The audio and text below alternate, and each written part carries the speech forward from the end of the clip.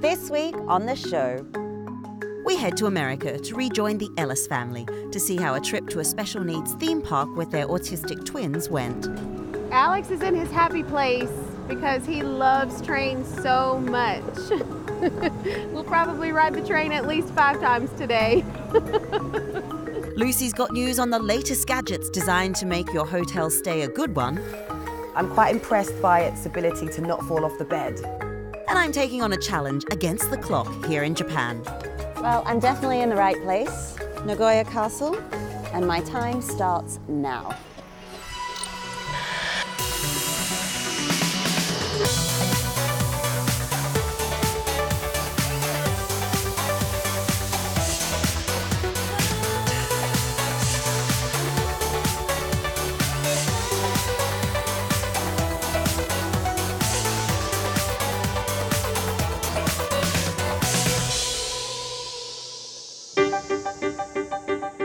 We start this week in Alabama, catching up with the American Ellis family and Will and Alex, their 4-year-old autistic twins. If you were watching last week, you'll remember we left the family at the airport about to board a plane for Houston, Texas. Let's rejoin them as the boys take their first ever flight. Traveling for toddlers is difficult. And 2 toddlers can be really difficult. Well, when you add nonverbal autistic, it just makes it exponential. And so it's taken us a long time to come to the point where we were ready. Will has noise-canceling headphones. He has strong sensory issues with hearing. You can tell it's painful. We're probably gonna have a meltdown or 2. We might have some vomit. You know, it might happen. But the flight from Birmingham to Houston is a relatively short flight. It's only 2 hours, and the boys do like car travel. Okay, now we're on the fast part. We're about to go fast and go up into the air. Are you ready? Let's do it. Whatever happens, just be ready for anything and just kind of be ready to roll with the punches. What do you think about this fast plane? Okay, it's gonna be a little bumpy.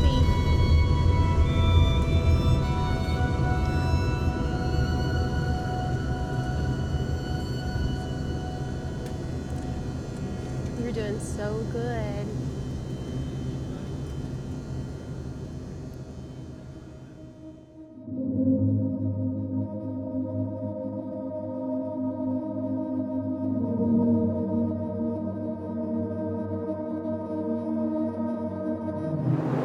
Things are going really well. One boy is asleep and the other is almost asleep. So maybe flying at nap time is a good time to fly.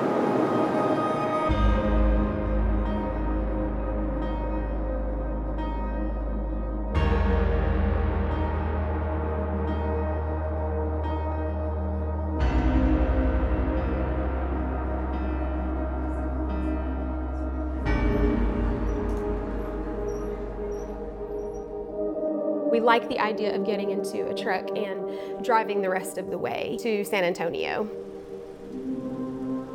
It's about another 2.5 hour drive. And then we will go to the park.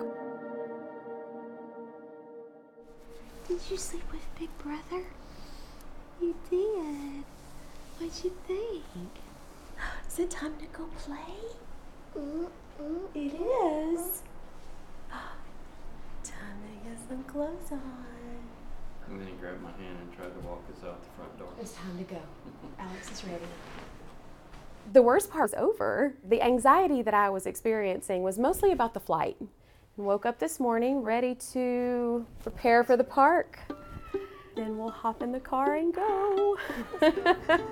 He knows we're going somewhere fun. We're headed to Morgan's Wonderland, which is a theme park in San Antonio, Texas for special needs children. Lots of fun things for children of all cognitive levels to experience. So where do y'all recommend we go first?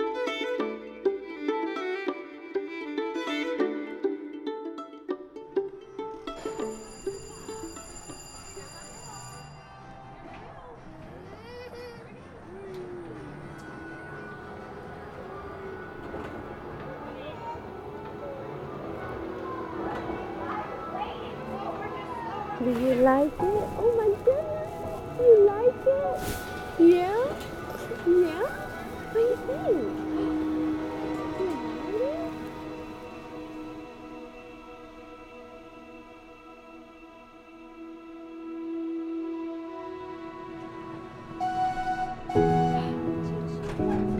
Alex is in his happy place because he loves trains so much. We'll probably ride the train at least 5 times today. So tell us a little bit about the park and how you came to build Morgan's Wonderland. Well, actually, it occurred many years ago when Maggie, my wife, Morgan and I were on a trip. And Morgan wanted to go swimming. Morgan and I jumped in and we were having fun, just kind of splashing around in the water. And there were 3 other kids at the other end of the pool, 2 of them throwing the ball back and forth. She wasn't able to verbally communicate, hey, I want to play, can I join in with you guys? So what she did is she hit the ball. And so they quickly grabbed the ball and got out of the pool because it was not a normal way of saying, hey, I just want to play. Right. And Morgan, that look on her face was like, Dad, I don't understand, I just want to play. And it bothered me because all I wanted is the opportunity for my daughter to be able to play. Right. And so where would we go for Morgan? And we couldn't take her to a lot of parks because of certain circumstances of hers, and talking to others we found the same situation. So how do we develop a place where those who have special needs and those who don't could all come together and play in a fully inclusive environment? Right. And that was basically those discussions, those chit-chats, those meetings eventually turned into what we now have here today, Morgan's Wonderland and Morgan's Inspiration Island. That is so amazing. And since then, people from all over the United States and literally all over the world make special trips to come here in an environment that is just different than any other environment in the world. Right. Whoa. Alex, look.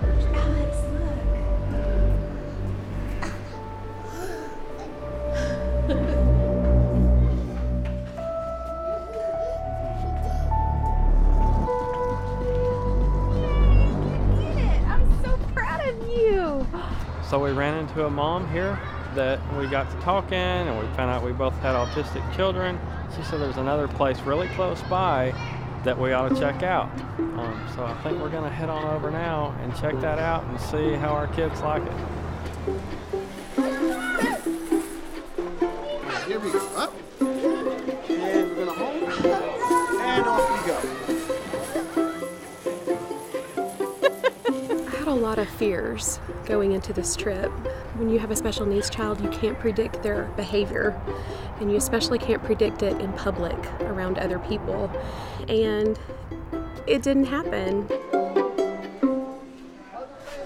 The whole idea was a great idea, to find places that were geared toward them and to kind of showcase it so that other families could know that these types of places are out there.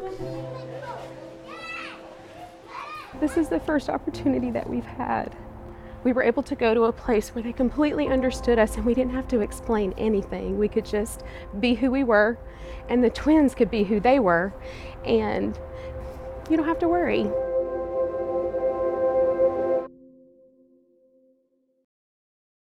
Still to come on the travel show, Lucy lines up the latest gadgets, all designed to make your hotel stay a happy one. I'm quite impressed by its ability to not fall off the bed. Deep freeze lab. And I take the temperature here in Japan. It's like ice in here. So don't go away. Get me, Ellis.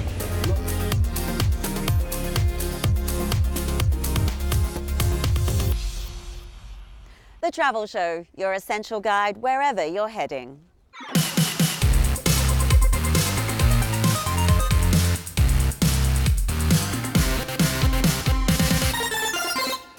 Hello, I'm here in London to try out some gadgets that I think might just make your stay in hotels that little bit more comfortable. All the devices I'm testing here are not because there's a problem with the hotel or its rooms. It's just a good opportunity for me to use them whilst I'm here. Okay, so first up is the portable air purifier by the Pure Company, which essentially does what it says on the tin. Only this comes with the added bonus of being able to add your own aromatherapy oils to make the room smell nice in the process. The company says it uses negative ion technology. So basically, it emits electrons into the air. They stick to pollutants like mold spores and dust, causing them to become heavy and drop down. Easy. And it's already starting to smell good. So it's worth noting that all ionizers produce some ozone. So understandably, some people don't like the idea of breathing in electromagnetically charged air because it can be potentially harmful to your health. But we've spoken to the company behind this, who have said that it produces very, very small amounts and is well below EPA standards. The portable air purifier costs £75 and its noise level is marketed at less than 30 decibels, also known as whisper quiet. So it could double up as white noise to help you sleep. Now the air's being taken care of, it's time to look at the surfaces, and for that, I have the CleanseBot. At first glance, it's not immediately obvious how this works, but let me show you.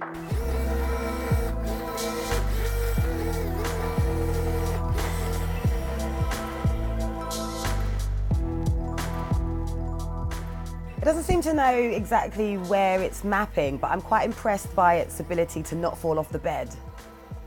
It's got about 18 sensors, so it makes sense.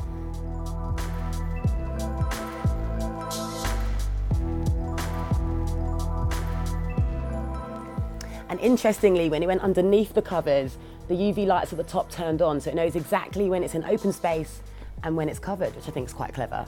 This little robot will sanitize and disinfect the entire bed using ultraviolet C light. A king-size bed takes 2 minutes. You can also put it into handheld mode to sanitize objects like light switches, pillows, the TV remote. But for me, I'm going for the toilet.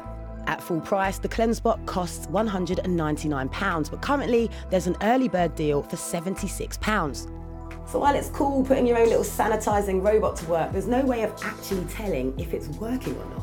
Now, of course, UVC light is known to be extremely effective when it comes to killing bacteria, which explains why the company says this robot kills 99.9% of anything lurking in your room.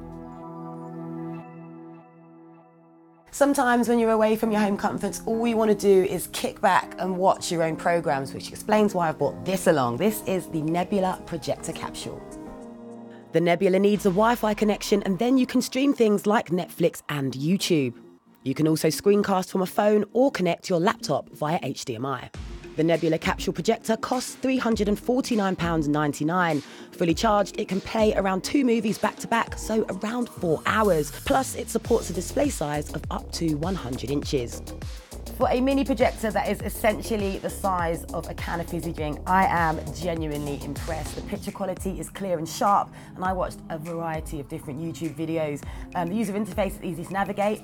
Having a remote definitely helps with that. But I think one of the most impressive features is the 360-degree audio. I had it just under halfway and it was super loud. Put it this way, if I turned it up any higher, I think the neighbours would complain. Now, if you're someone that needs silence to go to sleep, these may come in handy. Bose's answer to earplugs. These are noise masking sleep buds. They come in 3 different sizes and their own charging case. It's not cheap at £229.95 for a pair. From fully charged, they last up to 16 hours, and there is a partner app available with a library of background noises to play.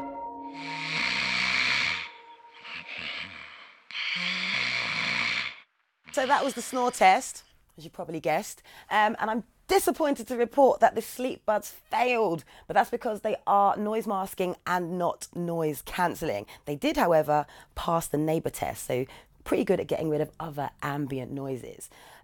Should you buy a pair? Well, if you like to completely sleep in silence, get rid of all that noise, and maybe a cheap pair of earplugs is probably your best bet. But if you like to blast a bit of peaceful and tranquil music into your ear before you go to sleep, maybe a bit of white noise, these are comfy and they work pretty well and are guaranteed to give you a good night's sleep. And on that note, get out of here. It's my time to go to sleep now.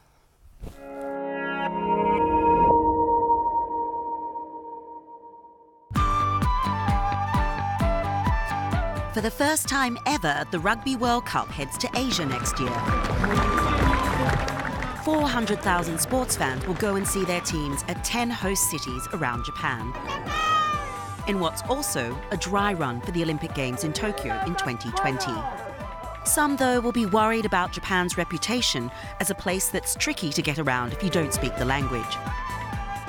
And it's a myth that I think is not always deserved. And to show you why, I'll be exploring 6 of the host cities against the clock.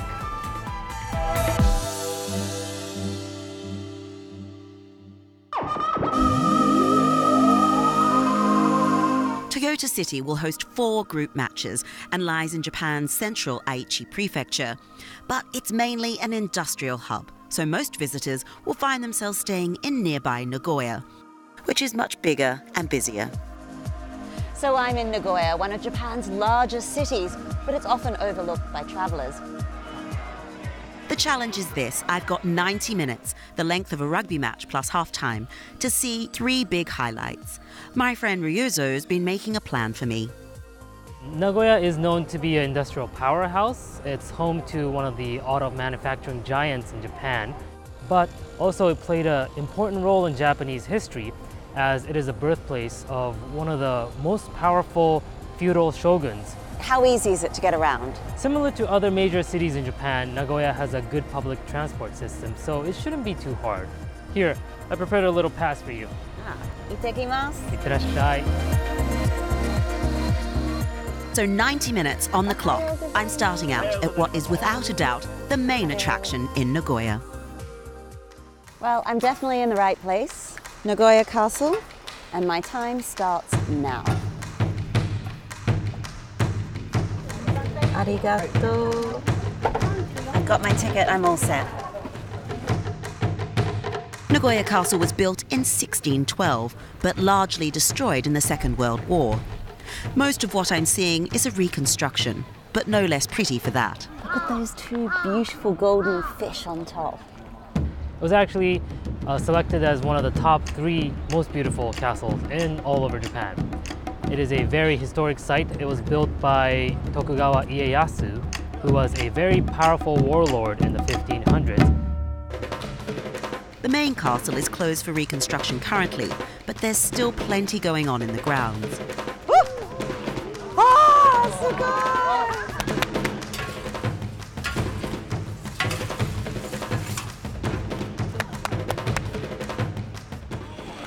Josu desu ne. Gosh, 20 minutes has passed. I better get cracking. Mata ne. Konnichiwa. Getting around by taxi is quite expensive in Japan. It's quick though, and all the cabs are very neatly kept. 30 minutes.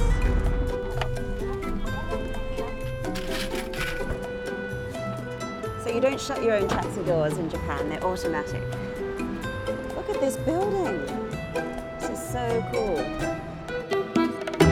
So next up, she's going to move on to the Nagoya City Science Museum.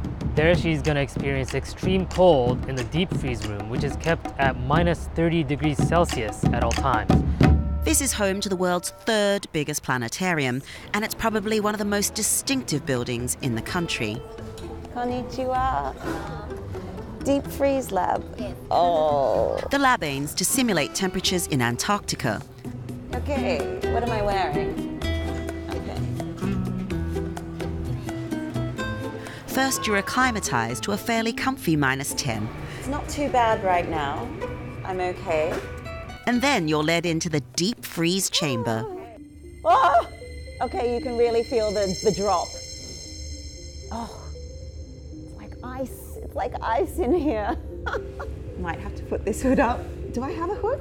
Please say I've got a hood. It's cold. This is real ice from the Antarctic. Okay, that's enough for me. Wow, so this up above here is a simulation of the Aurora Borealis, or the Northern Lights. Wow, spectacular. Okay, well, I've ticked the minus 30 chamber box. Thank you.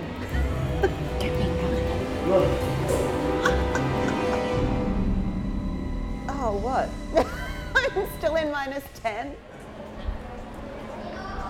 Okay, we're on our way out now, and I'm approaching the 1 hour mark. So for her final challenge, I think she earned a bit of a treat. So she's gonna have herself some salad cake, which is a cake that's beautifully decorated without using any of the traditional ingredients like sugar, flour, or eggs. I'm sure she's gonna enjoy that one. Okay.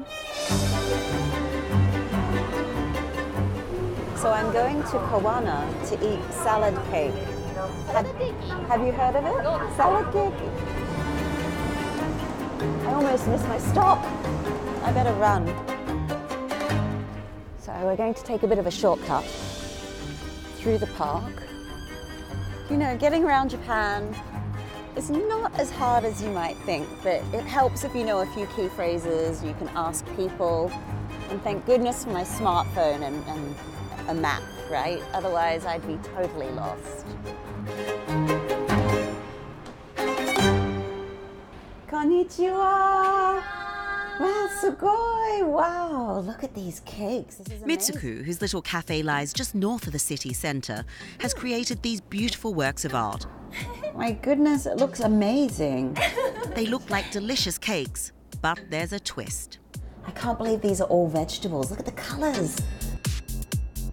Time check, I have just 2 minutes to try this cake. Wow. Look at the layers, this is amazing. She uses soybean powder, eggs and vegetable oil to create the sponge, and the icing is a mixture of cream cheese and tofu. They've been such a hit, she's now creating salad wedding cakes. So my brain says cake, but my taste buds say salad. It tastes just like a salad. Amazing. We made it by the skin of our teeth.